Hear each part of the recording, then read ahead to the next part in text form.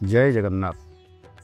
आलोक और आनंदर पर्व दीपावली अवसर रे राज्यवासी भाई भौणी मानू मोर शुभेच्छा और अभिनंदन।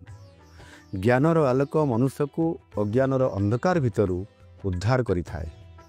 नुआ आशा, नुआ स्वप्न और नुआ लक्ष्य सहित सुंदर और समृद्ध भविष्य को स्वागत करने दीपावली उत्सव आमको प्रेरणा देइथाए। असत्य और अन्यायर अंधकार को भेदी सत्य और न्यायर आलुओ जीवन रे परिप्रकाश करिथाए।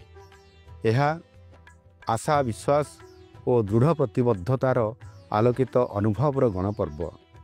आसंतु प्रकृति और परिवेश को सम्मान जनाई चलित वर्ष एक प्रदूषण मुक्त सबुज दीपावली पालन करवा अहंकार और दानवीय प्रकृतिर अमांधकार भितरु दया, क्षमा, प्रेम और मानविकता को आलुओ देखा। नमस्कार। वंदे उत्कल जननी।